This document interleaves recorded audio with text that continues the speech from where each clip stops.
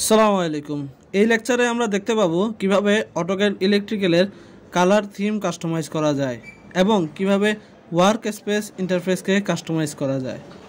তাহলে চলুন কিভাবে কালার থিমকে কাস্টমাইজ করা যায় তা দেখা যাক। আমরা যদি আপার লেফট কর্নারে ক্লিক করি, সেখানে আমরা অপশন মেনুটি দেখতে পাবো। এটাতে যদি এখন ক্লিক করি তাহলে একটি উইন্ডো ওপেন হবে, যেখানে আপনি বিভিন্ন রকমের ট্যাবস দেখতে পাবেন। এখান থেকে আপনি কালার থিম পরিবর্তন করতে পারবেন। ঠিক একইভাবে অন্যান্য সেটিংসগুলো আপনি পরিবর্তন করতে পারবেন।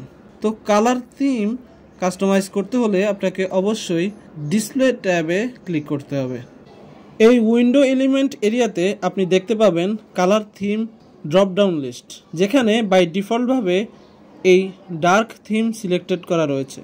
এখন যদি আমি লাইট অপশনটি সিলেক্ট করি এই ড্রপ ডাউন লিস্ট থেকে এবং অ্যাপ্লাই বাটনটি প্রেস করি, তাহলে আপনি দেখতে পাবেন ওয়ার্ক স্পেস এরিয়া ব্যতীত আর সকল এলিমেন্ট লাইট কালার হয়ে গিয়েছে। এখন যদি ওয়ার্ক স্পেসের কালার এরিয়াটাও আমরা পরিবর্তন করতে চাই, তাহলে আমাকে এই কালার বাটনটি ক্লিক করতে হবে এবং আপনাকে অবশ্যই নিশ্চিত করতে হবে এই ইন্টারফেস এলিমেন্ট এরিয়াতে ইউনিফর্ম ব্যাকগ্রাউন্ড সিলেক্টেড আছে কিনা। এবং এর ডান পাশে দেখতে পাচ্ছি কালো রং এই ওয়ার্ক স্পেসের জন্য নির্ধারণ করা আছে। তো এই ড্রপ ডাউন লিস্ট থেকে আমি প্রয়োজনীয় কালারটি সিলেক্ট করে নিতে পারবো। আমি যদি সাদা কালারটি চুজ করি এবং অ্যাপ্লাই করি, তাহলে আমরা দেখতে পাবো ওয়ার্ক স্পেসটিও সাদা রং ধারণ করেছে। এখন অটোক্যাড ইলেকট্রিক্যালের কালার থিম ইন্টারফেস মডিফাই করার পাশাপাশি আপনি এই অপশন ডায়ালগ বক্স ব্যবহার করে অন্য সেটিংসগুলো কাস্টমাইজ করতে পারবেন। যেমন আপনি এখানে দেখতে পাচ্ছেন শো টুল টিপস চেকবক্স, এটা ডিফল্টভাবেই সিলেক্ট করা আছে যাতে আপনি অন্য কোনো টুলসের উপর মাউস নিয়ে গেলে যাতে শর্ট সাজেশন পান। এখন আপনি যদি এটা না চান তাহলে এটা আনচেক করে দিতে পারেন। আবার আপনি যদি ফ্রন্ট সাইজ অর্থাৎ এই কমান্ড বক্সের ফ্রন্টের যে স্টাইল সেটা যদি পরিবর্তন করতে চান, তাহলে আপনাকে এখানে ক্লিক করতে হবে এবং এখান থেকে আপনার প্রয়োজনীয় যে টেক্সট স্টাইলটি সিলেক্ট করতে পারবেন। অলসো এখান থেকে আপনি ক্রসের সাইজটি নির্ধারণ করতে পারবেন, ডিসপ্লে রেজুলেশন।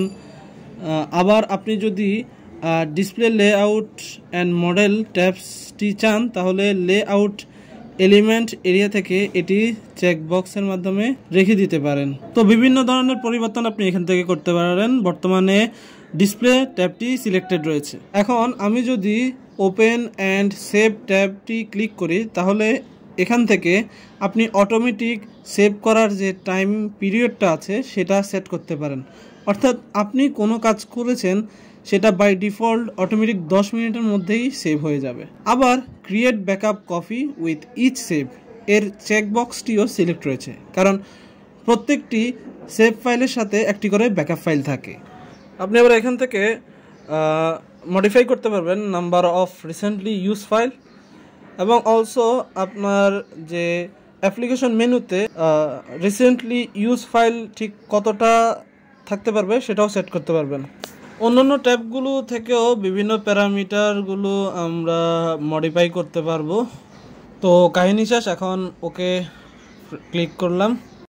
হ্যাঁ, এখন আমরা দেখব ওয়ার্ক স্পেসকে কিভাবে কাস্টমাইজ করা যায়। এই অংশকে মডিফাই করতে হলে আপনাকে আপনার প্রয়োজন অনুযায়ী সিলেক্ট করতে হবে সব কিছু। তো এই জন্য মেনুবার এই ওয়ার্ক ফেসে অ্যাড করছি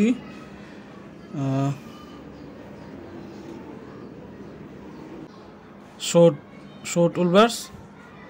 এখন যদি আমি চাই এই প্রজেক্ট ম্যানেজারকে ডান পাশে নিয়ে আসতে, এই যে চলে আসলো। এখন যদি আমি কিছু টুল চাই এখান থেকে ইলেকট্রিক্যাল মেইন ইলেকট্রিক্যাল, দেন আরও একটা যদি চাই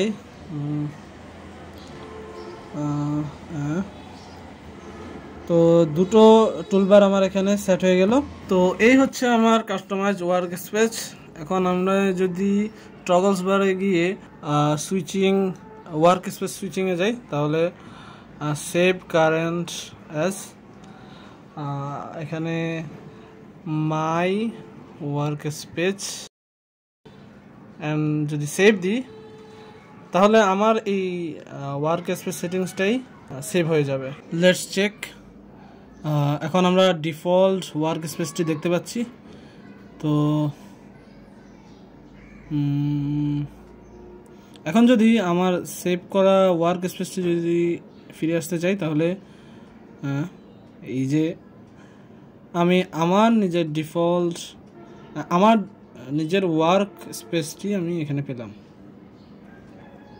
সো ঠিক এইভাবে আপনি আপনার নিজের ওয়ার্ক স্পেসটিকে মডিফাই করতে পারবেন। আমরা যদি আবার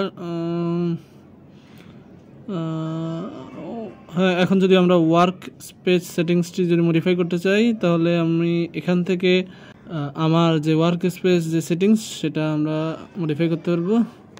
অলসো এই অ্যারোতে আবার গেলে এবং কাস্টমাইজ অপশনটি ক্লিক করি, তাহলে ইউজার ইন্টারফেসটি কাস্টমাইজ করতে পারবো এই ডায়ালগ বক্স ব্যবহার করে। কিভাবে? ধরুন আমি আমার ডিফল্ট ওয়ার্ক স্পেসটি মডিফাই করতে চাই। আমি এই ডিসপ্লে এরিয়া ব্যবহার করে নির্ধারণ করতে পারবো যে মেনু বারটি আমার ডিসপ্লেতে রাখবো কিনা বা মডেল লেআউট ট্যাবটি রাখবো কিনা। তো সব কিছুই এই ডায়ালগ বক্স থেকে আপনি নির্ধারণ করতে পারবেন। অন্যান্য বিষয়গুলো এখানে আছে, আপনি চাইলে একইভাবে এখান থেকে মডিফাই করতে পারবেন।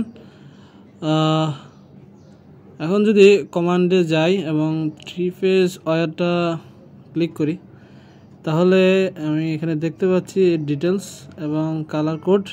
আমি চাইলে এখান থেকে তা চেঞ্জ করতে পারি, এই যে কালার চেঞ্জ করতে পারি। এখান থেকে আইকন ইমেজটাও আমরা এক্সপোর্ট করতে পারবো। সো একইভাবে এই কাস্টমাইজড ইউজার ইন্টারফেস থেকে আমি বিভিন্ন ধরনের এডিট আমি করতে পারবো।